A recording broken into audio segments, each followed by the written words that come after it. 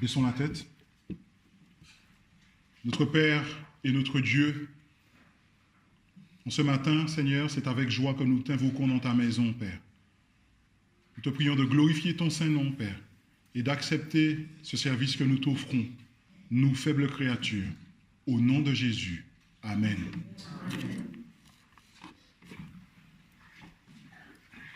Bonjour frères et sœurs. Bienvenue dans la maison du Seigneur, bienvenue chez vous. Nous allons continuer en entonnant le 106 des hymnes et louanges. Vers toi monte notre hommage.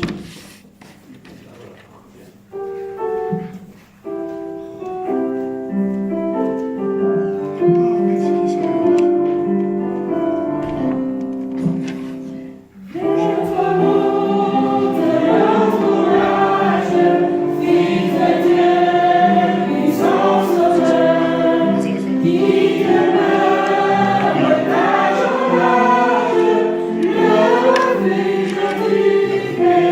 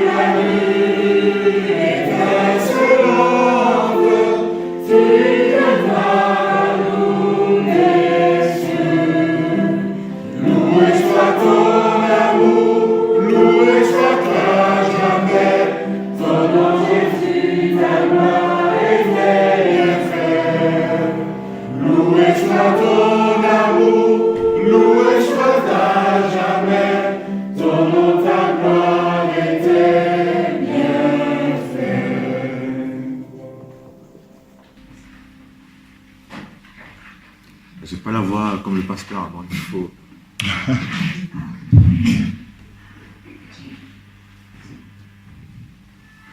Vraiment la position que nous avons. Sois glorifié, Seigneur. Seigneur Jésus, c'est le cœur plein de joie que de voir mes frères réunis en ton nom, Seigneur.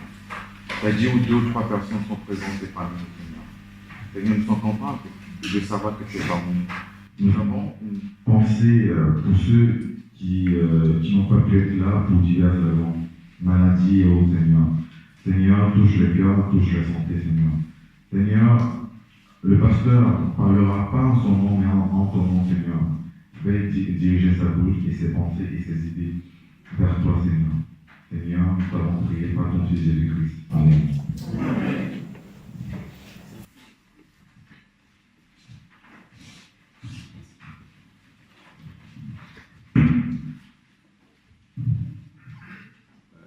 On va inviter le diacre ou la diaconesse à participer pour le dîner offrande.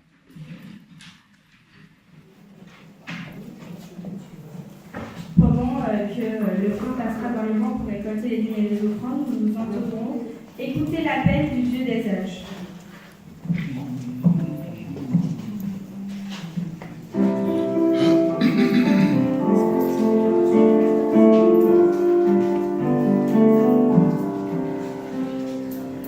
Écoutez l'appel du Dieu des âges, apportez les dîmes au trésor, toujours mettez les à part et confiance.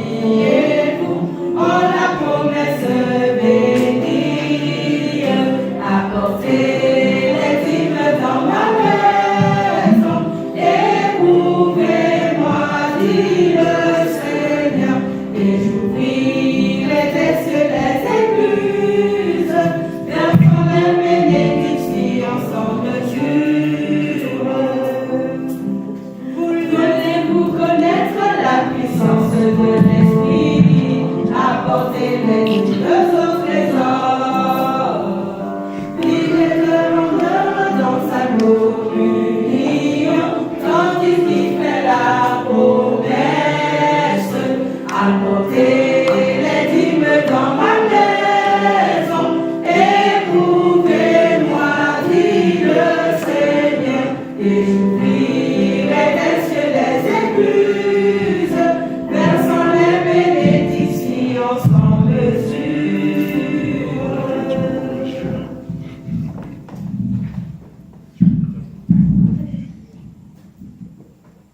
Oui, Seigneur, tu nous as bénis toute cette semaine. Et Seigneur, tu nous as donné rendez-vous ce matin pour t'honorer, pour te glorifier, pour être unis aussi en toi par ces écoles du sabbat qui sont très enrichissantes. Et Seigneur, c'est là que nous voyons cette unité de partager ta sainte parole. Tu as mis aussi dans notre cœur ce matin de t'offrir ces dîmes et ces offrandes pour l'avancement de ton règne, pour que ta parole aille jusqu'au bout du monde, afin que chaque individu puisse avoir accès à la vérité, à ta vérité. Qu'il en soit fait selon ta sainte volonté, et Seigneur, bénis les mains qui auront la charge de ces dîmes et ces offrandes, pour l'avancement de ton règne encore une fois. Au nom de Jésus, Amen. Amen. Mon Dieu est si grand, si fort et si puissant, rien n'est impossible à mon Dieu, c'est vrai. Mon Dieu est si grand, si fort et si puissant, rien n'est impossible à mon Dieu, c'est vrai. La terre est à lui, la terre est à lui, et la création aussi. Mon Dieu est si grand, si fort et si puissant, rien n'est impossible à mon Dieu, c'est vrai. Vous m'entendez? Oui.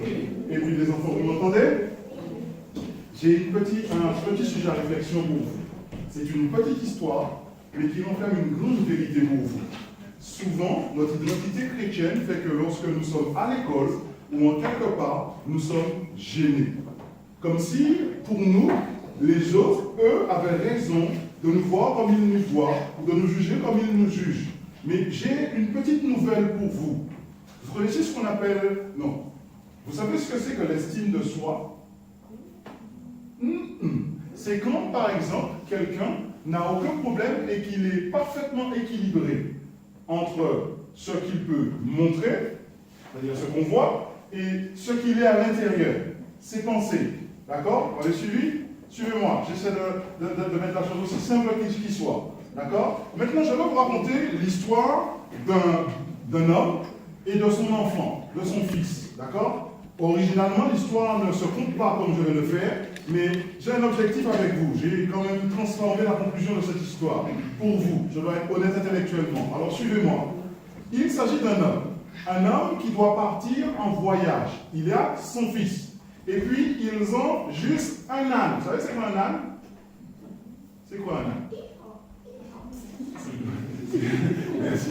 Vous savez c'est quoi un âne? Oui, c'est quoi un âne? Un animal. Ça vient de la plus grande. Hein? D'accord. Alors, dis-moi, toi, c'est quoi un âne?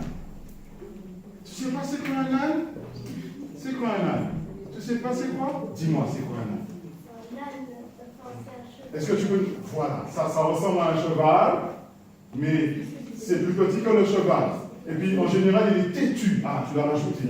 Il est têtu. Au moment où on a besoin qu'il avance, il n'avance pas. Et quand on ne veut pas qu'il avance, c'est là qu'il avance.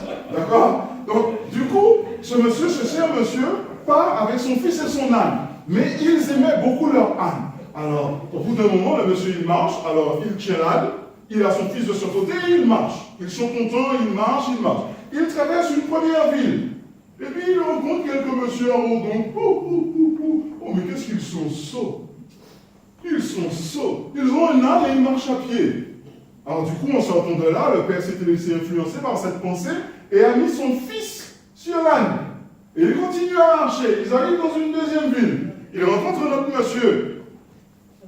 Mais regardez-les, il n'a même pas de respect pour son père. Il est assis sur l'âne alors que c'est son vieux père qui devait être assis sur l'âne. Du coup, le papa traverse la ville et il enlève son fils, et lui monte sur l'âne. D'accord? Et jusqu'à présent, ils font selon ce que pensent les autres. Vous me suivez? Alors jusqu'à là, ils montent sur l'âne. Et puis ils continuent. Ils arrivent dans un autre village. Et puis ils rencontrent un autre qui dit, ah mais ben voyant, vous avez vu ça? Mais cet homme est ingrat. Comment peut-il être sur l'âne et que son fils soit sur le sol? Cet homme est ingrat. Alors du coup, il réfléchit encore, il se dit, ah non. Alors du coup, il dit à son fils, bon, nous allons traverser notre village, cette fois tu vas monter avec moi. Alors ils vont vers ce village, ils sont sur cet âne, ils vont vers ce village, ils sont à deux dessus. En arrivant dans ce village, les gens ils regardent et ils disent encore, ah mais vous avez vu, mais quelle bande d'ingrats! Ils sont en train de tuer ce pauvre âne, ils sont à deux dessus. Donc du coup, qu'est-ce qui se passe? Alors, il réfléchit, il dit à son fils, attends, au départ, il n'y avait personne sur l'âne. Ils ont trouvé quelque chose à dire. Ensuite, je t'ai mis sur l'âne, j'ai marché à tes côtés. Ils ont trouvé quelque chose à dire. Je suis monté sur l'âne, je t'ai mis sur le sol. Ils ont trouvé quelque chose à dire. Ensuite, nous sommes montés à deux sur l'âne. Ils ont encore trouvé quelque chose à dire. Alors, qu'allons-nous faire? Quelle est la solution d'après vous, les enfants? Dites-moi. Quelle est la solution? Oh! Alors, on dit ça? On dit ça? On dit ça? Non, non. Il a traduit la pensée, en tout cas. Il a traduit la pensée, en tout cas. Je ne sais pas si vous avez entendu ce qu'il a dit. Il est un petit peu gêné par rapport à ce qu'il a dit. Je me permets parce que ça traduit trop bien la pensée. Il a dit, on s'en fiche littéralement. Et ce que j'aime bien, c'est le littéralement qui a suivi le on s'en fiche. D'accord? En gros, tu as traduit la pensée, mon bien-aimé. Vous allez vous rendre compte que dans cette histoire, tout ce qu'ils ont fait, les autres, on les ont pointés du doigt. Pourquoi? Parce que chacun veut voir la chose comme il veut. Mais ce qui importe, c'est que vous soyez bien dans la direction que vous prenez et comment vous la prenez. Donc, vous êtes des chrétiens, les enfants. Les autres vont vous pointer du doigt en disant aïe, aïe, aïe, aïe, aïe, aïe, aïe, au point de vous mettre mal à l'aise au-dedans de vous. Mais vous devez être au-dessus de ça, sachant que chacun voit midi à sa porte. Ça sous-entend que chacun voit les choses comme il veut. Mais vous, ce qui importe, c'est que vous puissiez voir les choses selon le Seigneur, d'accord? Et avancer selon le Seigneur, d'accord? Et ne pas vous laisser influencer par le jugement de celui qui est extérieur à ce que vous vivez réellement. Ne permettez pas à une autre personne de vous déséquilibrer, de déséquilibrer cette personne merveilleuse que vous êtes à l'intérieur et cette chose merveilleuse que vous laissez transpirer à l'extérieur, d'accord? Ne laissez personne déséquilibrer ça. Vous êtes d'accord, les enfants? Vous êtes d'accord, les enfants? Maintenant, une dernière question avant que je termine. Je choisis quelqu'un. Toi, tu me regardes trop fixement. Je te choisis toi. Dis-moi, tu aurais été à leur place, tu aurais fait quoi, franchement? Tu sais pas? Tu sais pas? Tu aurais évité les villages. Ça aurait été la solution la plus simple. Mais en fait, la solution la plus simple, chers amis, c'est de ne pas s'arrêter sur ce que pensent les autres. D'accord? Tant que vous êtes sûr et que vous êtes fermement debout dans les principes divins, avancez au nom de Jésus. C'était l'histoire pour vous. D'accord? Bon sabbat. Amen. Mon Dieu est si grand, si fort et si puissant, rien n'est impossible à mon Dieu, c'est vrai.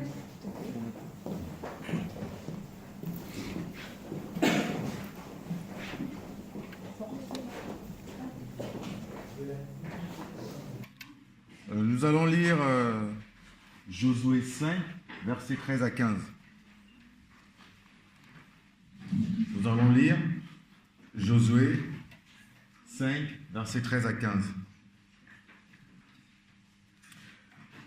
Un jour où Josué se trouvait près de Jéricho, il vit soudain un homme debout en face de lui, une épée dégainée à la main.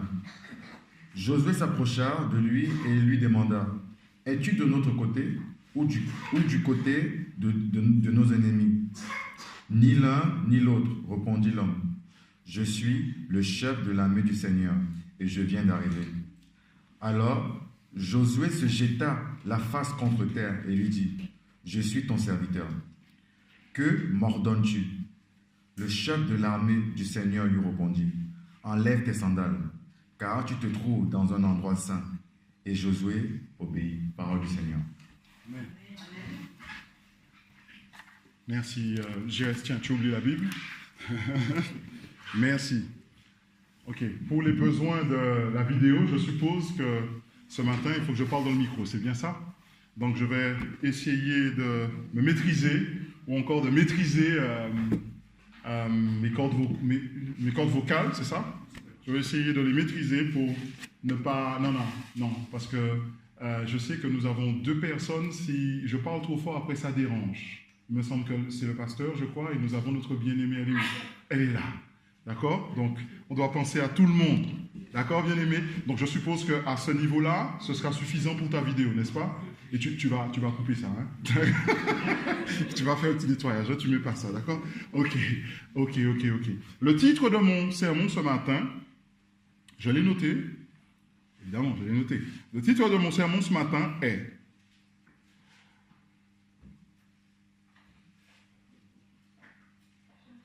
« Pas de place pour le doute, nous avons déjà remporté la victoire. » J'ai dit quoi? Pas de place pour le doute, nous avons déjà remporté la victoire. Répétez-le encore. Pas de place pour le doute, nous avons déjà. J'ai l'impression que vous doutez en disant cela. J'ai l'impression que le doute est tellement ancré que vous avez du mal à croire que vous avez déjà remporté la victoire. Alors on redit ça en chœur. Pas de place pour le doute, nous avons déjà remporté la victoire. D'accord? Nous allons baisser la tête, nous allons prier sans plus tarder rentrer dans le vif du sujet. Notre Père qui est aux cieux, je me remets entre tes mains, Seigneur. Nous avons passé du temps ensemble, tu m'as donné une direction, et ce matin je prends cette direction. Je te prie de m'aider à être fidèle, Seigneur. Fidèle dans la pensée que je développerai ce matin, comme je l'ai reçue, Seigneur. Ne me permets pas d'être une barrière, Père éternel, au contraire. Permets-moi d'être un canal par lequel tu t'exprimes. Permets-moi d'être ta voix ce matin. Et de ce fait, Seigneur, pardonne-moi mes fautes, mes péchés, mes iniquités, Seigneur. Lave-moi dans le sang de ton Fils, Jésus-Christ, ô éternel. Et accorde-moi d'être inspiré par toi en ce matin. Non seulement pour ton peuple, mais d'abord pour moi, Dieu Tout-Puissant. Accorde-nous à tous la présence de ton Saint-Esprit, Seigneur. Et donne-nous de comprendre ce que tu as pour nous. Entre tes mains, nous nous abandonnons. Entre tes mains, Père éternel, nous nous livrons totalement en ce matin. Et nous te prions, Père éternel, de nous permettre de reconnaître ta voix, afin que nous puissions dire au sortir de ce lieu, le Seigneur nous a bénis. Transforme nos vies, Seigneur. Transforme-nous, Père. Et donne-nous, Père éternel, de ne plus nous appuyer sur le doute, mais de croire en la victoire que toi, tu nous as déjà donnée. Au nom de Jésus. Amen. Amen. Nous sommes dans une histoire que j'aime beaucoup. Nous sommes à un moment où un homme, comme l'a si bien lu Jérès, se retrouve à l'écart du peuple. Car au moment où ça se produit, le peuple est dans la plaine de Jéricho. Le peuple est dans la joie. Pourquoi? Parce que la manne vient de s'arrêter. Ils viennent de vivre une Pâque extraordinaire, j'ai envie de dire. Vous comprendrez pourquoi tout à l'heure. Mais pourtant, Josué trouve le besoin, chers amis, d'aller non loin de la muraille de Jéricho, de se retrouver là, seul. Ellen White dit qu'il priait, ou encore il méditait. D'autres préfèrent dire on ne sait pas très bien ce qu'il faisait là. D'autres disent encore dans leurs commentaires que Josué est un soldat et qu'il savait faire la part des choses. Il est vrai que c'était l'heure de la fête, l'heure de la réconciliation. Vous comprendrez pourquoi je dis réconciliation tout à l'heure. Mais n'oubliez pas que Josué était l'un des espions, chers amis. Au tout début, Josué, c'est un guerrier. Peut-être simplement était-il allé étudier le terrain, regarder comment les choses se présentent, afin de trouver des failles dans la défense de l'ennemi. Mais voici quelque chose se produit à ce moment précis. Il voit ce soldat, l'épée nue à la main, qui apparaît de nulle part. Et il y a cette conversation qui s'engage entre lui et ce soldat. Mais ce soldat lui dit une chose sur laquelle on ne peut ne pas s'arrêter. On ne peut ne pas s'arrêter. Il lui dit, ôte tes souliers. Alors le lieu où tu te tiens est saint. Josué a compris qu'il n'était pas face à n'importe qui. La chose la plus intéressante pour moi est que ces mêmes mots, je les ai déjà entendus ou encore lus ailleurs.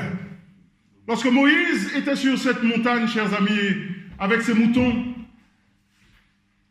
et qu'il s'est retrouvé face à ce buisson ardent, il y a eu cette même phrase qui lui fut adressée. « Ôte tes souliers, car le lieu où tu te tiens est saint. » À ce moment-là, Dieu était en train d'encourager Moïse à prendre part à la délivrance du peuple. Au même moment, on retrouve cet encouragement aussi pour Josué. Josué est là, peut-être certainement faisant des plans ou simplement méditant, priant, comme dit la sœur White. Et c'est à ce moment-là que Dieu vient et l'encourage. Dieu vient et l'encourage et lui donne une direction. À travers cette présence du Seigneur auprès de Josué, Dieu est en train de délivrer un message fort. C'est pour ça que celui qui commente et qui dit que Josué certainement était parti pour faire des plans. Certainement il était parti pour étudier la muraille, voir s'il n'y a pas de failles. Certainement il était parti pour étudier, voir s'il n'y a pas un endroit où on peut rentrer, un endroit où on pourrait les surprendre. Certainement il était parti pour observer et mettre une stratégie en place. Mais voici, Jésus intervient à ce moment-là et commence par lui dire « ôte tes souliers, car le lieu sur lequel tu te tiens est saint. » Dieu, à travers ça, est en train de dire, de faire une chose. Premièrement, reconnais que c'est moi qui mène le jeu. Il apparaît dans sa tenue de guerrier pour que le courage soit fort dans le cœur de Josué et que Josué comprenne que, cette bataille ne sera pas une bataille simplement menée par des humains. Cette bataille ne sera pas une bataille basée sur une stratégie développée par des généraux humains. Non.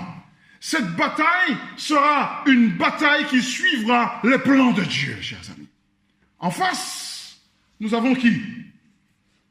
En face, nous avons un ennemi, ce sont les habitants de Jéricho. En face, nous avons une ville luxuriante. Des fois, je suis un homme, j'aime beaucoup l'histoire et l'archéologie, et je vois à quel point notre société, la société d'aujourd'hui, est arrogante. Pourquoi? Parce que nous osons penser que c'est nous qui avons fait, c'est nous qui avons développé, et que les palais que nous connaissons aujourd'hui, chers amis, c'est nous qui avons emmené cela. Mais c'est faux, chers amis. Car à cette époque même, il y avait déjà de grandes villes avec de grands palais et des rois puissants, avec des armées puissantes. Justement, les Cananéens, chers amis, étaient un peuple qui possédait une armée puissante. Il y avait les Amoréens aussi, qui à cette époque, d'après les historiens, avaient une armée innombrable, chers amis. C'était difficile et compliqué de les compter. Et en plus, c'était des guerriers bien entraînés, sanguinaires, chers frères et sœurs. Mais voici que, en plus d'être des guerriers solides à Jéricho, ils sont derrière des murailles imprenables. Mais à l'intérieur se passe quelque chose. À l'intérieur, ils adorent ce Dieu que nous connaissons sous le nom d'Astarté. Et suivez-moi jusqu'à présent. Ce Dieu, à cette époque, était connu comme étant la déesse de la lune. S'il faut que je rentre dans les détails, dans l'étude que j'ai menée sur ce Dieu Astarté, ça va prendre tout mon temps. Donc on va faire court. En gros, Astarté était reconnu dans différents lieux. C'est un dieu qui trouve sa racine chez les Babyloniens. Même avant, pour certains théologiens. D'accord? Mais ce dieu a connu diverses formes. À un moment, il était mâle, à un autre moment, il est devenu femelle. Il a connu diverses choses. Mais un seul point en commun le lie à toutes ces nations qui ont repris ce Dieu. Ce point en commun est qu'il se présente comme le Dieu de la fertilité. Souvent, lorsqu'on nous parle de fertilité, on a tendance à penser à ces orgies qu'il y avait dans ces temples. Mais ça ne se limite pas à ça lorsqu'on parle de Dieu de la fertilité. Lorsqu'on parle de Dieu de la fertilité, on est en train de dire que c'est lui, chers amis, qui régit les saisons. On est en train de dire que c'est lui, chers amis, qui fait que si le grain sera bon ou pas cette année. On est en train de dire que c'est lui qui va faire si la rivière sera sec ou pas. On est en train de dire en fait que c'est lui qui régit toutes choses. Mais j'ai l'impression que ce Dieu-là qu'il présente ici, nous le connaissons, mais nous ne le connaissons pas sous le nom d'Astarté. Nous le connaissons sous le nom de Jéhovah, celui qui fait les saisons. Nous le connaissons sous le nom de Jéhovah, celui qui dit et la chose arrive. Mais eux ont une contrefaçon de ce Dieu que présentent les Hébreux. Cette contrefaçon s'appelle Astarté. Et ils vénèrent ce Dieu Astarté, chers amis. Maintenant, beaucoup ne comprennent pas pourquoi il a fallu que Dieu décime des peuples afin d'asseoir une certaine notoriété à travers la nation juive.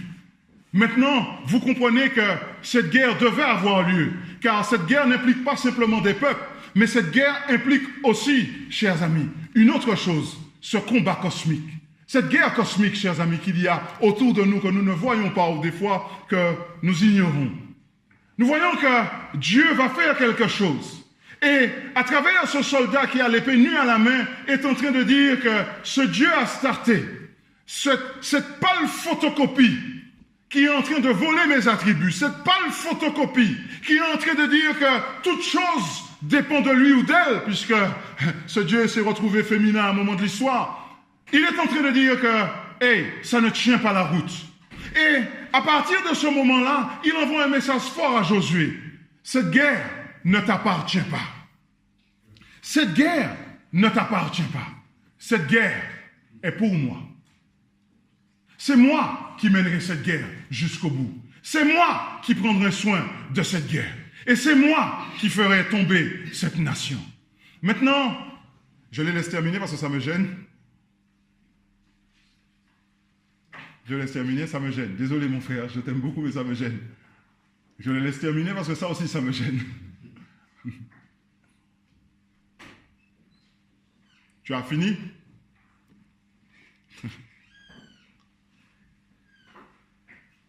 Merci. D'accord.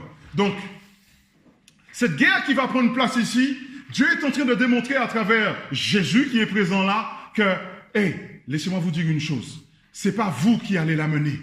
C'est moi qui vais la mener. Vous savez, mais quelque chose d'important a pris place avant l'arrivée de ce soldat.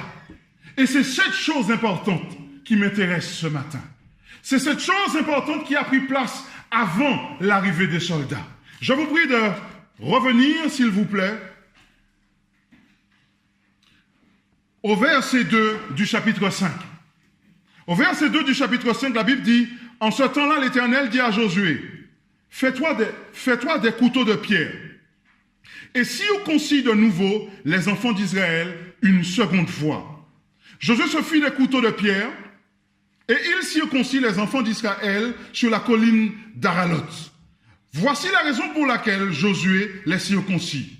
Tout le peuple sorti d'Égypte, les mâles, tous les hommes de guerre étaient morts dans le désert pendant la route après la sortie d'Égypte. Tout le peuple sorti d'Égypte était circoncis. Mais tout le peuple né dans le désert pendant la route après la sortie d'Égypte n'avait point été circoncis. Car les enfants d'Israël avaient marché 40 ans dans le désert jusqu'à la destruction de toute la nation des hommes de guerre qui étaient sortis d'Égypte et qui n'avaient point écouté la voix de l'Éternel. L'Éternel leur jura de ne pas leur faire voir le pays qu'il avait juré à leur père qu'il avait juré à leur père de nous donner, pays où coule le lait et le miel. Ce passage pour moi est très intéressant. Pourquoi? Parce que ce passage met quelque chose en avant. Ce peuple vient de passer le Jourdain à pied sec. Ce peuple vient de laisser un témoignage de ce passage du Jourdain, ces fameuses pierres qu'ils ont laissées au beau milieu du Jourdain. Ce peuple a été nourri par la nourriture qui tombait du ciel durant ces 40 ans. Ce peuple a pu voir de l'eau amère se transformer en eau que l'on pouvait consommer. Ce peuple a pu voir de l'eau sortir de la roche. Ce peuple, chers amis, a pu être réchauffé la nuit par une colonne de feu. Ce peuple, chers amis, a pu être guidé la journée par Dieu lui-même. Ce nuage de comment il dépeint ça encore? Un nuage de fumée, je crois, c'est ça. Ensuite, ce peuple a assisté à quelque chose de grandiose après avoir mis le sang sur le linteau de leur porte. La mer s'est ouverte. Certains historiens disent que la mer s'est retirée. En fait, il parle de l'effet de marée. D'accord. Mais moi, lorsque je lis l'hébreu, le mot employé ici pour la mer s'est ouverte, c'est que Dieu a déchiré la mer. Si Dieu a déchiré la mer, chers amis, je ne pense pas que ce soit simplement un effet de marée, car cela aurait été trop simple. Ils auraient dit, ah, la nature est de notre côté. Mais il fallait bien qu'on voit que c'est l'action du divin. Et le mot employé ici par Moïse en langue hébraïque est le mot déchiré. Que Dieu a déchiré la mer. Et s'il a pris le mot déchiré, c'est parce que lorsqu'il a regardé cela, c'est bien l'impression qu'il a eue, que la mer a été déchirée. Donc c'est quelque chose que je ne peux pas imaginer, c'est quelque chose que je ne peux pas expliquer, mais je sais que ce n'est pas simplement un effet de marée, chers amis. Donc comprenez bien une chose, le peuple a vu ce que Moïse a vu pour qu'il emploie le mot déchiré. Ce peuple, chers amis, peut attester que ce Dieu est un grand Dieu. Maintenant, il s'avère que ces hommes, durant leur marche dans le désert, nous ont dressé un pâle tableau, le regret de la viande qu'ils avaient en Égypte. Ils nous ont dressé un pâle tableau, un peuple qui aime nager dans la médisance concernant la femme de Moïse. Un peuple encore qui aime faire des plans, chers amis, mais qui t'a placé chef au-dessus de nous, Moïse? Un peuple encore qui passe son temps à médire à l'encontre de son roi, de son Dieu, chers amis. Un peuple qui a même oublié d'où il vient, car la circoncision a perdu de toute son essence durant ces 40 ans dans le désert. La circoncision qui était un symbole fort de cette alliance faite entre Dieu et Abraham. La circoncision qui était un signe fort, chers amis, de l'appartenance à ce Dieu qui les a délivrés. Voici, la Bible nous dit que ces enfants qui ont grandi dans le désert, puisque la Bible est claire, ces anciens guerriers ont disparu, les pères ont disparu, donc ce sont ces enfants qui ont grandi. Ils n'ont même pas eu la présence d'esprit de perpétuer cette alliance avec Dieu à travers cette circoncision. Donc, nous avons un peuple, chers amis, la Bible nous dépeint un peuple qui, à travers les mots de Paul, qu'ils ont été baptisés en traversant la mer Rouge à pied sec. J'ai envie de dire, suivant la pensée de Paul, qu'en traversant la rivière du Jourdain, ils ont eu leur sainte scène avant d'aller vivre ce grand événement. Mais Dieu n'a pas oublié, chers amis. Dieu n'a pas oublié une chose. Et c'est là que je vois que mon Dieu est un grand Dieu, un Dieu sage. Dieu n'a pas oublié que son peuple, lui, l'a oublié. Dieu n'a pas oublié que son peuple, lui, l'a négligé. Dieu n'a pas oublié que son peuple est sorti de cette alliance faite avec Abraham. Et il demande à Josué, humblement, tu vas te faire des couteaux, comme on appelle ça dans le langage courant archéologique, des espèces de silex. Et tu reviendras à cette alliance. Avant de faire quoi que ce soit, avant d'aller plus loin, ou avant de vous donner quoi que ce soit, vous allez revenir à cette alliance, car ce peuple doit m'appartenir. Cette circoncision est un signe fort que ce peuple m'appartient.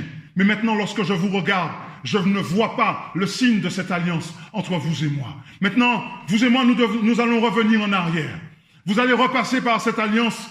Vous allez repasser par cette circoncision. Tous ces hommes qui ont grandi dans le désert, qui fouleront au sol la terre que je vais vous donner, devront repasser par cette alliance, chers amis. Maintenant, suivez-moi bien. Suivez-moi bien. Suivez-moi bien. C'est là que je vois l'amour de Dieu. Cela sous-entend quoi? Cela sous-entend que Dieu les a observés durant ces 40 ans. Dieu a vu qu'ils ne faisaient plus circoncire leurs enfants. Dieu a vu, chers amis, que le peuple spirituellement était ébranlé. Dieu a vu, chers amis, que ces nouveaux qui arrivent et qui marchent dans le désert ne sont pas solidement ancrés dans l'enseignement qu'il a donné si la circoncision était déjà elle-même négligée. Mais Dieu les a guidés quand même. Souvent, nous, hommes, nous aimons prendre la place de Dieu. Si c'était nous à la tête de ce peuple, on aurait fait tout ce peuple disparaître dans le désert. Ah, t'as vu? Ils n'ont pas fait la circoncision. Ce qui revient à ce qu'on disait tout à l'heure, pasteur, sur les petites discussions que nous avons sur les doctrines. Ah, t'as vu? Ils ne sont pas circoncis. Je ne comprends pas pourquoi ils sont encore parmi nous. Il faut les tuer. Alors que Dieu lui-même n'a pas pris cette décision dans ce sens. Dieu a son temps et son moment. Et dans sa sagesse, il dirige l'homme et guide l'homme, chers amis. Dieu a son temps et son moment. Et dans sa sagesse, il sait, chers amis, où est-ce qu'il va encore les enseigner. Maintenant, ces hommes avancent et avancent, et avancent, et avancent. Ils arrivent devant des peuples, chers amis, qui, dans leur style, n'ont plus rien à prouver. Dans leur style sanguinaire, n'ont plus rien à prouver. Mais, j'imagine qu'ils ont peur. J'imagine qu'ils se disent, « Wow, comment on va faire ?» Surtout lorsqu'ils voient que les rapports des espions ne sont pas réjouissants.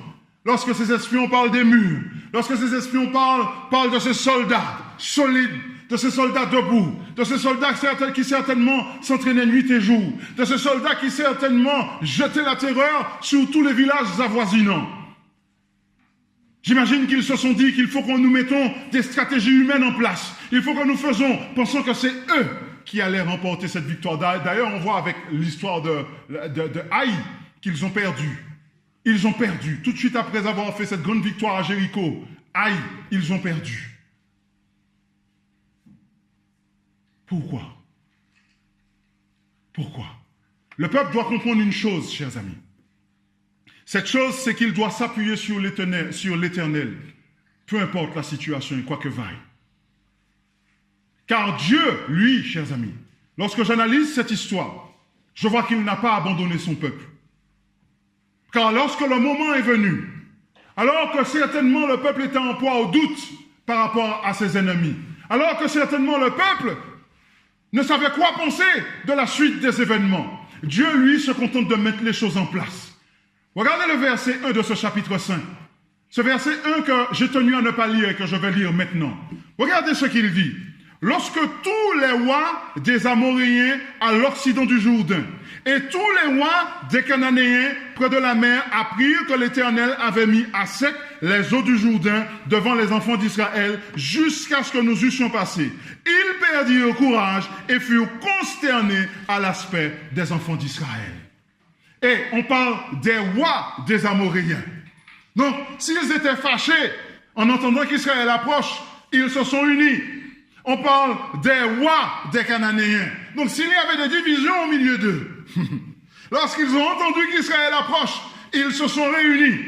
Alors, suivez-moi bien. Vous avez Israël qui approche et qui est sorti de l'alliance de son roi.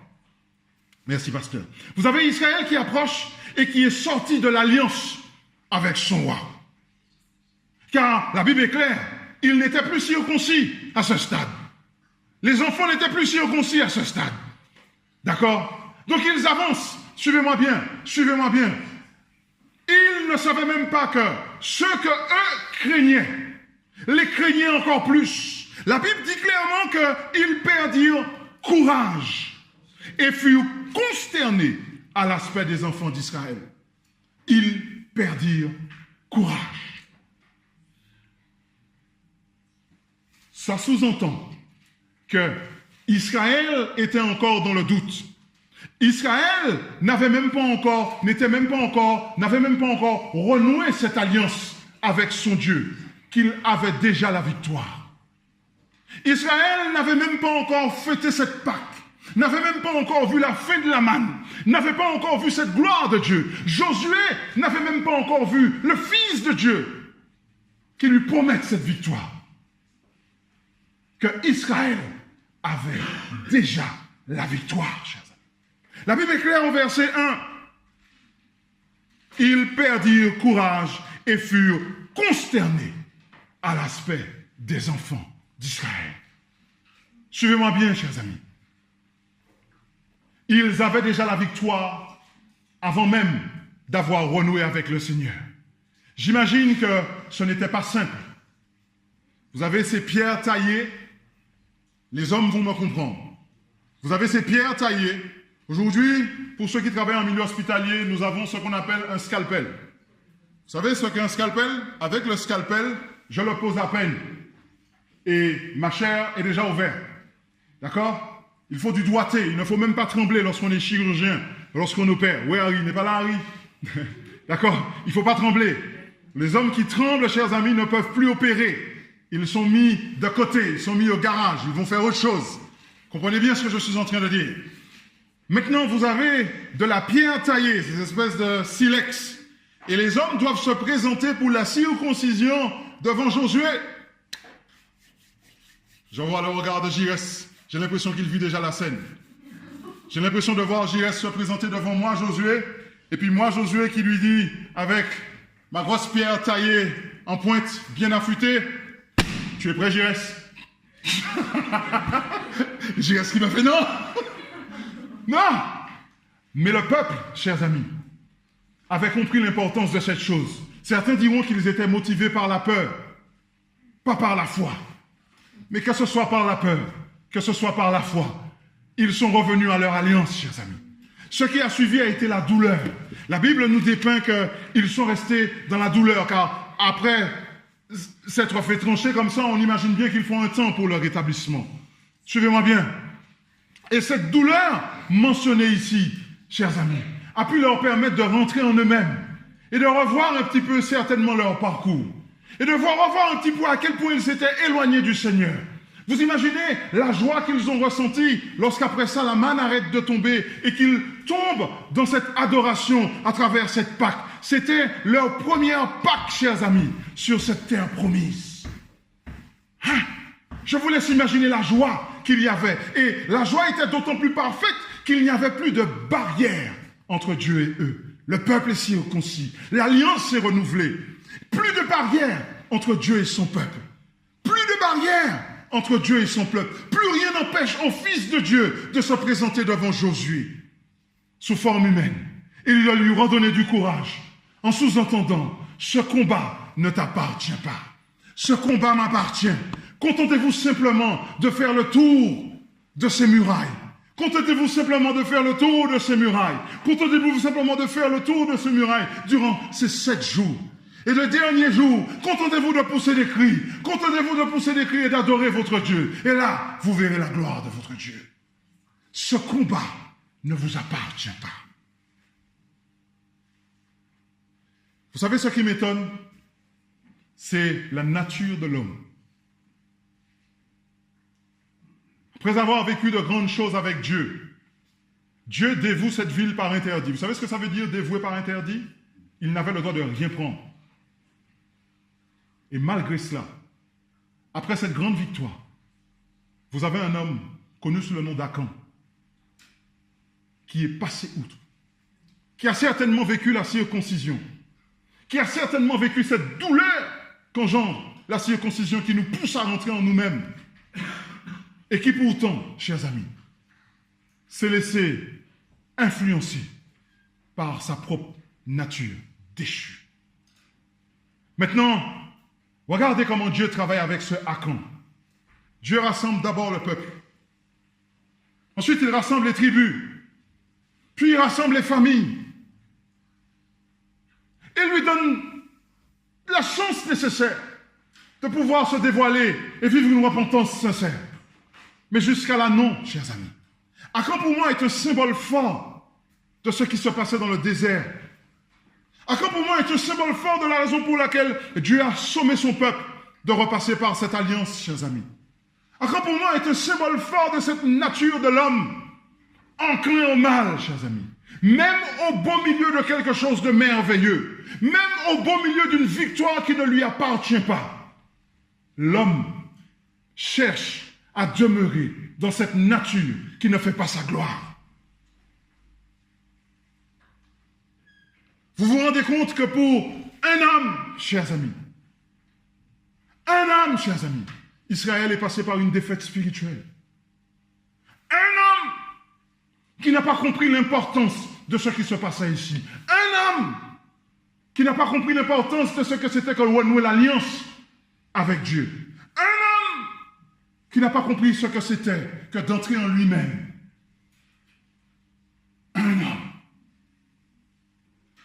Un homme, chers amis. Mais grâce à cet homme, nous pouvons voir à quel point Dieu est bon. Car Dieu n'a pas dit, prenez-le, retranchez-le. À travers le fait qu'il rassemble le peuple, qu'il rassemble les tribus, qu'il rassemble les familles, tout ce temps était pour lui un temps de repentance. Mais cet homme a pris la décision d'aller dans son sens. Il croyait que ces choses qui pour lui avaient de la valeur, mais qui pour Dieu n'avaient aucune valeur. Rappelez-vous, le livre de la Genèse nous dit que la vallée d'Absalom, si mes souvenirs sont bons, d'Avalon, La vallée d'Avalon était remplie d'or. Vous prenez le livre de la Genèse, à la création de l'humanité. Vous allez trouver cette vallée d'Avalon dans ces passages, dans ces premiers passages. Et vous verrez que pour Dieu, ce n'était qu'un élément qui servait à décorer le sol, décorer la terre. Ce n'était que de la roche, chers amis. Qu'un enjoliveur. Mais pour cet homme, c'était tout ce qui l'intéressait. Ça avait de la valeur pour lui. Il ne pensait qu'à lui. Peut-être se disait-il, je vais devenir riche. Alors il l'a caché dans sa tente sous des choses, refusant de s'ouvrir et de se dévoiler aux autres. Souvent Dieu nous appelle à la repentance, chers amis. Mais nous aimons rejeter la faute sur les autres. À aucun moment nous ne voulons rentrer dans notre tente. À aucun moment nous ne voulons aller et déterrer ce que nous avons enterré au plus profond dans notre tente. Pardon bien-aimés. À aucun moment, chers amis, nous ne voulons faire ce pas. À aucun moment nous ne voulons aller chercher ce qui pour nous a de la valeur, mais qui pour Dieu n'est que de la poussière. Afin de renouer avec le Seigneur de la façon la plus sincère. Nous préférons nous cacher, chers amis. Nous préférons nous cacher dans cette tente et espérons que Dieu ne nous verra pas. Mais Dieu voit tout et il sait tout. Souvent nous pensons que parce que nous couillonnons les hommes, nous couillonnons Dieu. Mais nous sommes qui pour couillonner Dieu? Lorsque Achan a pris ce manteau, chers amis, cette chose qui pour lui avait de la valeur, Dieu l'avait déjà vue. Avant même que l'envie naisse dans son cœur, Dieu savait qu'il aurait déjà eu un problème avec cet homme. Et pourtant, Dieu ne l'a pas fait tomber. Parce que l'objectif du Seigneur, c'est quoi? C'est que tous nous soyons sauvés. Lorsque l'homme dit, « Hey, il faut retrancher cet homme », Dieu dit, « Non, non mes amis, ma grâce. » Et Dieu met toutes les choses en place pour que cet homme puisse revenir de sa mauvaise voie. Donc au final, si Achan est tombé, est-ce la faute de Dieu? Non, chers amis. Si Achan est tombé, est-ce la faute du peuple?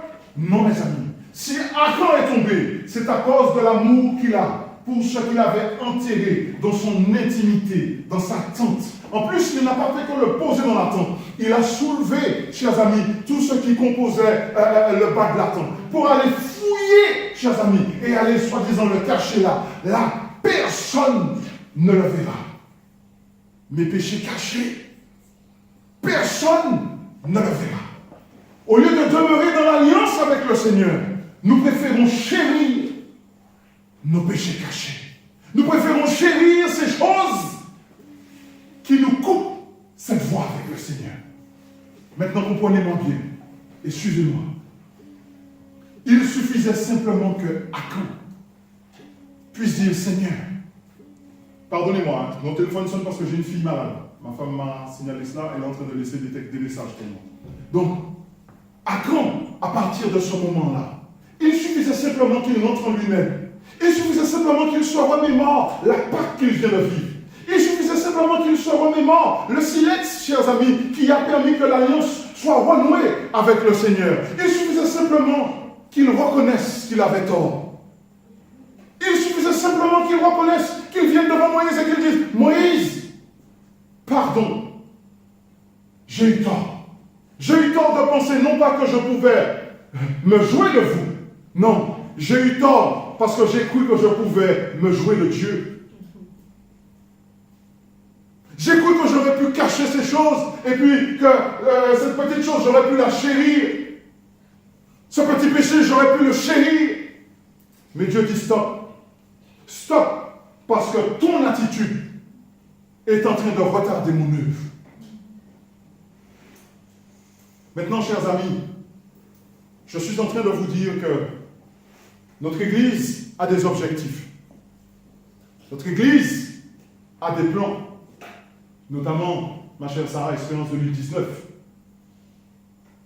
Lorsque nous regardons Espérance 2019, ou encore les autres projets que nous avons, j'entends souvent, à Châtellerault, ça ne marche pas. À Châtellerault, nous faisons des choses, mais ça ne marche pas. Nous avons essayé plein de choses, mais ça ne marche pas. La dernière fois que nous avons fait quelque chose, ça remonte à 5 ans, si mes souvenirs sont bons, la dernière fois que nous avons eu un échange, mais ça n'a pas marché. On sent un peuple découragé. On sent un peuple en proie au doute. On sent un peuple qui n'a même plus confiance dans ce que Dieu peut faire dans sa maison qui lui appartient. Certains me disent, ah oui, mais tu sais, il y a tellement de divisions à Châtellerault, il y a tellement de problèmes à Châtellerault que nous n'y arriverons pas.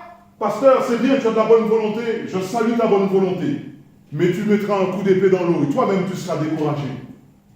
Je vous cite quelqu'un qui est certainement assis là ce matin. Oui, toi-même tu seras découragé, moi j'ai peur que tu sois découragé et que tu sois déçu et que ton enthousiasme, comment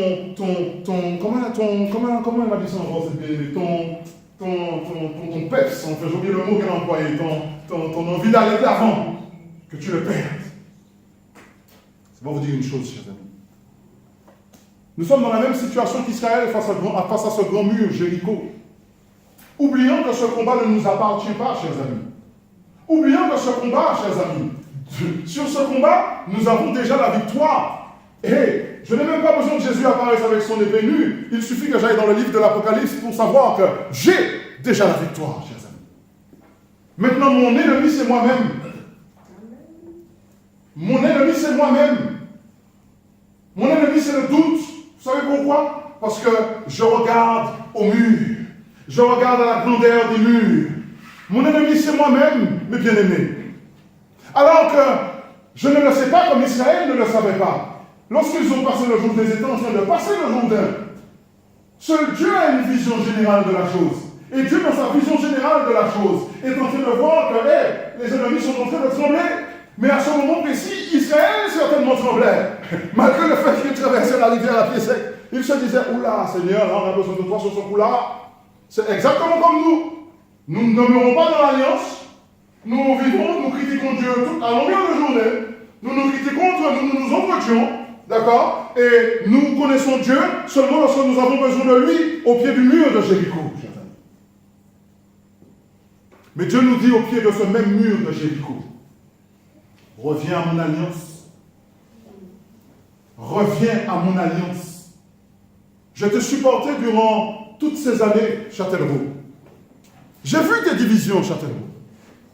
J'ai vu tes angoisses. J'ai vu tes doutes. J'ai entendu tes cris. J'ai entendu toutes ces choses que tu disais à mon encontre. Ah, nous regrettons l'Égypte, la viande, toutes ces choses. Mais Châtellerault, jusqu'à présent, je vous ai toujours guidé. Jusqu'à présent, j'ai mis ma main. Vous pouvez encore venir adorer ici, alors que vous êtes passé à ça de perdre le lieu. Ce qui nous montre que Dieu a sa main dans sa maison, chers amis, sur sa maison. Mais maintenant, je vous demande une seule chose, Châtellerault. Revenez à mon alliance. Arrêtez de partir ça et là, dans toutes les directions. À quoi? Que vous êtes un peuple qui n'a pas de roi. Vous avez un roi, c'est moi. Revenez à mon alliance. Prenez le temps de vivre cette repentance. Revenez devant ce silex qui représente, chers amis, la direction dans laquelle vous avez choisi d'aller. Reconnaissez-le. Vivez cette douleur, car en général, la repentance produit de la douleur, chers amis.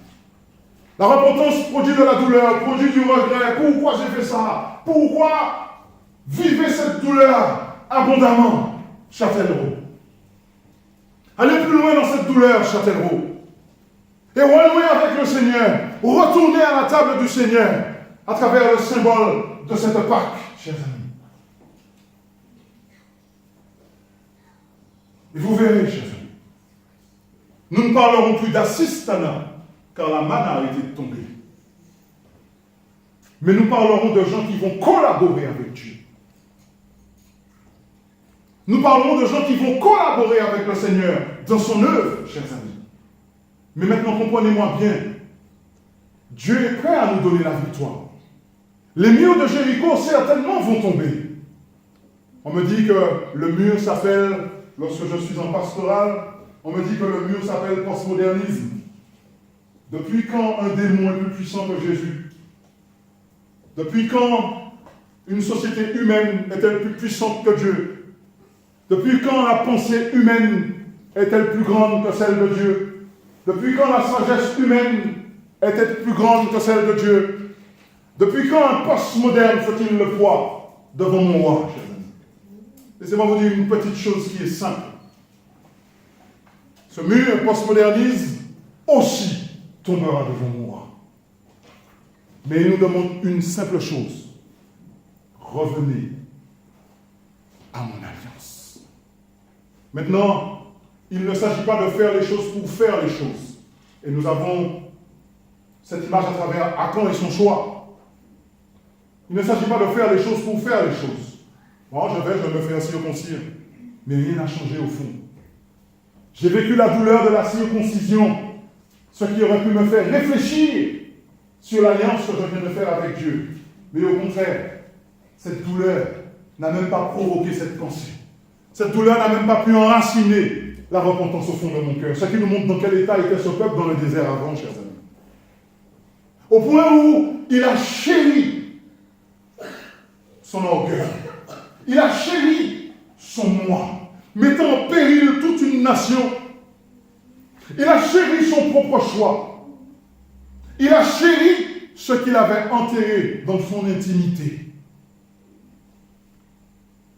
Préférant provoquer le désordre, chers amis, que de marcher dans l'ordre avec le Seigneur. Préférant se laisser aller dans sa convoitise personnelle, mon bien-aimé JS, que de se conformer à l'unité, l'union parfaite que Dieu était en train de mettre entre lui et son peuple, et entre son peuple et son peuple. En ce matin, Dieu nous appelle à la repentance. Allons-nous faire comme Achan, chérir ce que nous cachons là et que les autres ne savent pas, parce que jusqu'à présent, personne ne savait voir, personne n'était au courant jusqu'à ce que Dieu pointe du doigt Achan et dise « Hey, il est là !»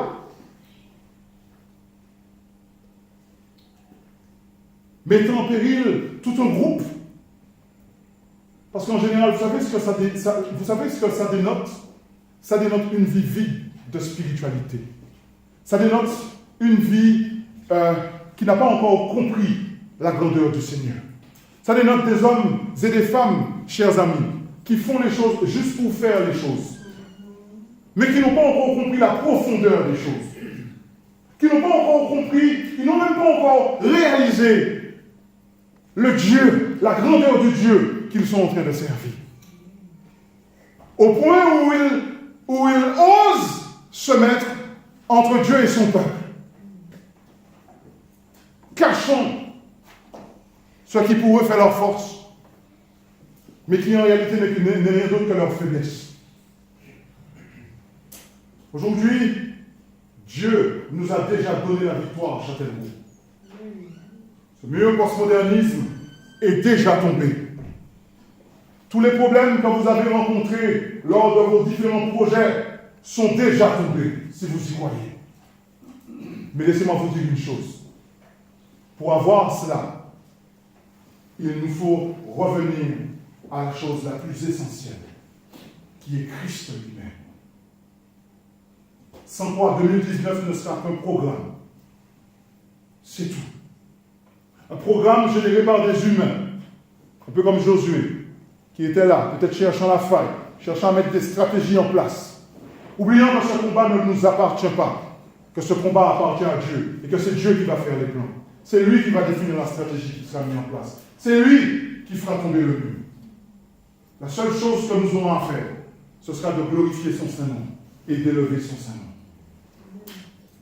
Il nous demande de collaborer, chers amis. Et c'est lui qui prend la plus grande part de la tâche. Sommes-nous prêts? Est-ce que Châtellerault est prêt? Sommes-nous prêts, justement, alors que Dieu est en train de rassembler sa nation, sommes-nous prêts, justement, à dire, Seigneur, tiens, prends ce manteau que j'avais caché au fond de ma tente. Délivre-moi de ce manteau, Seigneur. Délivre-moi de cette barrière, Seigneur. Délivre-moi de cette chose qui donne un libre accès à ton ennemi dans ta maison, Père. Délivre-moi de cela, Père éternel. Ne permets pas que je sois celui qui ne comprend pas qui tu es. Ne permets pas que je sois celui qui ne comprend pas la profondeur de ton alliance. Ne permets pas que je sois celui qui ne comprend pas les actions qui sont menées dans ta maison, Seigneur. Ne permets pas que je sois largué, tout simplement, Père. perdus dans une pseudo-spiritualité. Alors qu'en réalité, je suis bien loin de ce que je montre, Père. L'heure est venue pour nous d'être des chrétiens affermis, des chrétiens accomplis, fermes, des chrétiens qui ne vivent pas dans une apparence en venant s'asseoir ici, donnant l'apparence de la piété, et pour qui le sabbat même n'a plus de sens, à travers nos actions, pour qui ces vérités fondamentales que nous avons n'ont plus de sens, à travers ce que nous faisons. Vous vous rendez compte? Nous sommes des chrétiens, nous parlons de nourriture végétarienne, nous parlons de toute espèce de choses, nous parlons même d'unité. Nos sens sont corrompus. Nos sens sont corrompus. Vous vous rendez compte? Nous écoutons tout ce que nous ne devons pas écouter. Nous prenons même plaisir à les écouter. Nous disons tout ce que nous ne devons pas dire et nous prenons plaisir à les dire. Notre langue fait du mal à notre propre frère. Notre langue fait du mal à notre propre sœur. Nous prenons plaisir à sentir ce que nous ne devons pas sentir. Et nous aimons ce que nous sentons. Nous prenons du plaisir à regarder ce que nous ne devons pas regarder. Vous savez que souvent il est dit que l'œil c'est le miroir de l'âme. Dites-moi ce que vous regardez et je vous dirai qui vous êtes. Dites-moi ce que vous regardez et je vous dirai qui vous êtes. Laissez-moi vous parler d'une chose qui nous atteint et je vous invite à faire la recherche pour vous-même. Il a été trouvé par un psychologue de la Caraïbe qui a fait de la recherche dessus par rapport, mais sa recherche ciblait plus la Caraïbe. Et ce psychologue s'est rendu compte que l'addiction à la sexualité ne concerne pas simplement le monde. Et ce psychologue, à travers son travail, a pu démontrer que l'addiction au sexe, chers amis, dans certaines contrées, les chiffres sont plus hauts que pour ceux du monde. Les chiffres sont plus hauts que pour ceux du monde. Ça va tellement loin que, en quelque part dans la Caraïbe, l'ordinateur de la fédé de cet endroit, parce que si ça appartient à l'église, ça appartient à la fédé, de la fédé de cet endroit, un jour, un homme est allé pour récupérer, non, du fait qu'il partait déjà, un ancien travaillait déjà sur l'ordinateur. L'ancien est sorti, il s'est dit, bon, je vais faire sortir le document rapidement alors que l'ancien est sorti. Vous savez ce qui s'est ouvert devant lui? Une page avec un homme pratiquant de la pédophilie dans la maison du Seigneur, dans le bureau du pasteur. Vous vous dites, mais cet homme, il est malade, mais comment il a pu arriver jusque-là? Laissez-moi vous dire une chose. Vous savez comment il est arrivé jusque-là? Parce que c'était son habitude de le faire. C'est tout. Et puis au bout d'un moment, le péché n'a plus de sel, n'a plus de goût, on ne différencie plus le bien du mal. Vous allez vous dire, même mes mails personnels, je n'oserais pas ouvrir dans la maison du Seigneur. Pourquoi? Parce que le matériel appartient à Dieu. Mais il y a des gens pour qui ça ne dérange pas. J'ai un ordinateur pour les affaires de l'église et un ordinateur personnel. Moi, ça c'est mon fonctionnement. Parce que j'estime avoir du respect pour les affaires du Seigneur. Je m'interdis d'utiliser l'ordinateur que j'ai acheté pour Dieu, pour mes effets personnels. Et puis après, je me retrouve à l'église et les choses se mélangent. Non, mes amis. Le petit ordinateur blanc que vous voyez souvent sortir là, cet ordinateur n'a que les dossiers des églises, les sermons et tout ce dont j'ai besoin pour travailler. Maintenant, à la maison, j'ai un autre ordinateur portable. Moi, dessus, c'est avec que je fais ce qui concerne ma famille, nos budgets et tout ce qui s'ensuit. On perd le sens des réalités. Cet homme avait perdu le sens des réalités, chers amis. Perdu le sens des réalités. Nos sens sont corrompus. Maintenant, avec des sens corrompus, comment voulez-vous remporter une victoire, vous en tant qu'homme? Et Dieu nous aime. Dieu nous aime parce qu'au milieu des sens corrompus, tous les sabbats, il nous guide à travers des sermons. Et il nous appelle à la repentance. À travers le livre de l'école du sabbat, il nous enseigne et nous appelle à la repentance. À travers nos méditations personnelles, si cela existe encore, il nous guide et nous dirige. Et il nous appelle à la repentance, chers amis. Jusqu'à quand? Jusqu'à quand allons-nous demeurer avec ce coup aussi raide? Jusqu'à quand allons-nous demeurer dans cette situation dans laquelle nous sommes? Dieu nous a déjà donné la victoire, Châtellerault. Maintenant, nous devons vivre cette victoire comme l'a vécu le peuple dans ce fameux chapitre de Josué 5. Renouer notre alliance avec notre roi. Revivre la douleur de la repentance, ma bien-aimée. Vivre de nouveau cette alliance dans la joie avec le Seigneur. Sortir de la sistana. Et enfin devenir des collaborateurs du Christ, chers amis. Et là, enfin, le Seigneur apparaîtra et nous encouragera les ténus à la main. Bien, bon et fidèle serviteur. Tu dois comprendre que tu as fait ta part maintenant. Ce combat m'appartient. Ce mur va tomber. La seule chose que tu vas faire, tu sais c'est quoi? Crier haut et fort pour louer mon Seigneur. C'est tout ce que tu feras. Moi, je crois que ce mur va tomber. Vous le croyez-vous? Si vous le croyez, je vous invite à vous lever et nous allons faire une prière spéciale pour ça.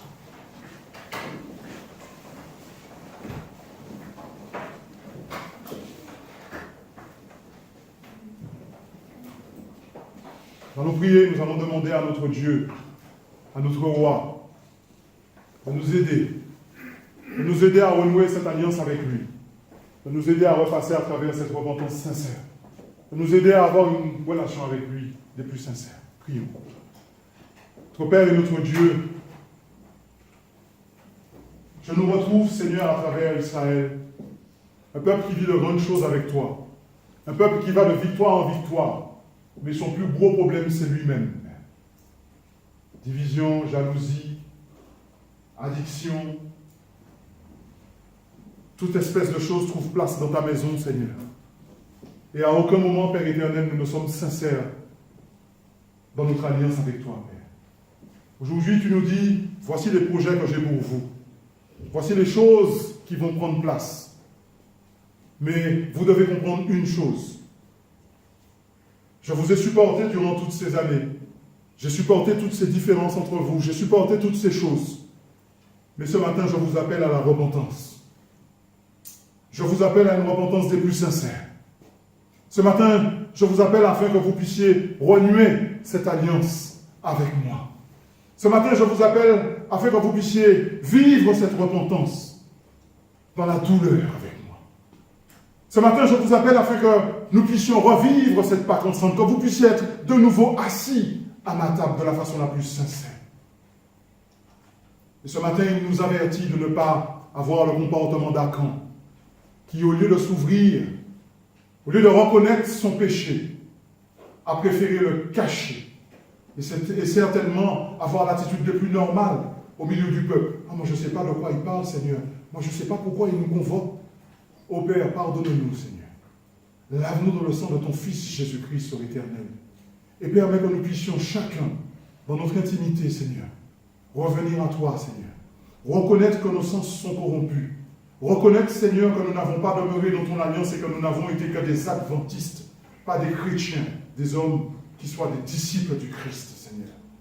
Reconnaître, Père, 3 fois Saint, que nous ne faisons que vivre la religion, mais qu'il n'y a rien de concret qui se produit à l'intérieur, Seigneur. Reconnaître que, Père, malgré cela, tu es avec nous. Malgré nos faiblesses, tu continues à nous diriger, car cette maison t'appartient, Seigneur. Malgré cela, Père éternel, tu continues à nous faire du bien.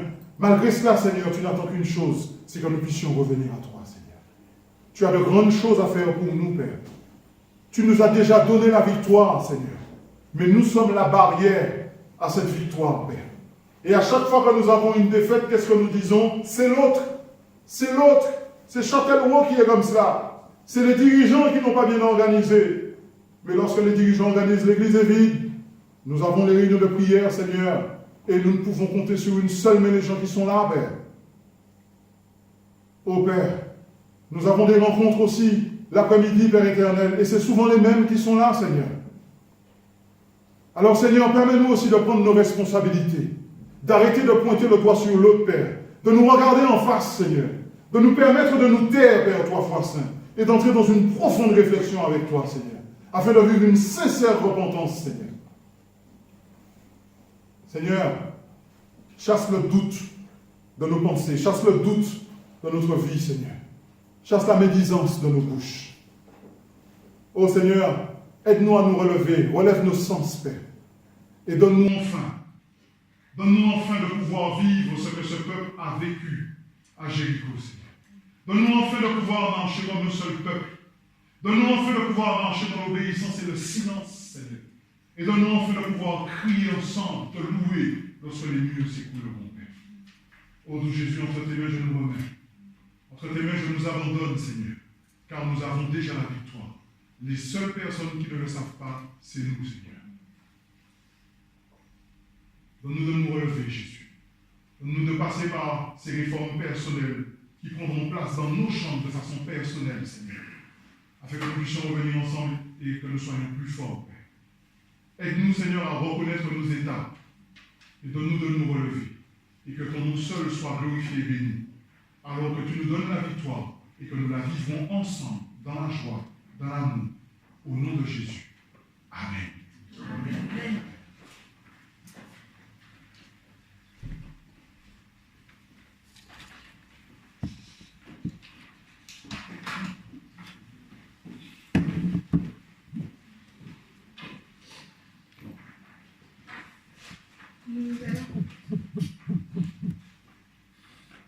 Nous allons conserver notre position et entonner le 523 des Mille louanges.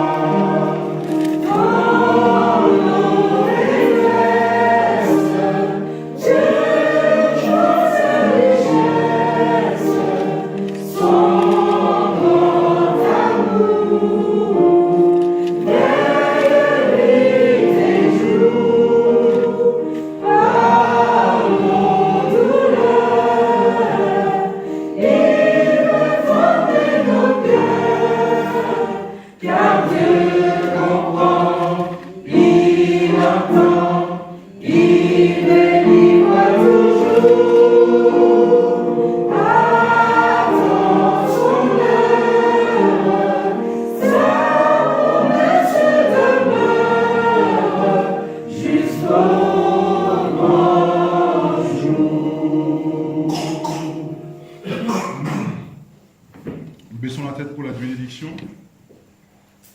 Notre Père et notre Dieu, nous voulons d'abord te dire merci de nous avoir parlé sans détour ce matin, Seigneur. Nous voulons aussi te dire merci, Père éternel, car nous savons que ta bénédiction est là comme tu l'as dit. Maintenant, Seigneur, alors que nous mettons fin à ce service, nous te prions, Père éternel, du haut de ton trône, de nous bénir, Seigneur. Et je me permets de reprendre ces mots dans le livre de Thessaloniciens, au verset 16 du chapitre 3, que le Seigneur de la paix vous donne lui-même la paix en tout temps, de toute manière. Que le Seigneur soit avec vous tous, au nom de Jésus. Amen. Amen.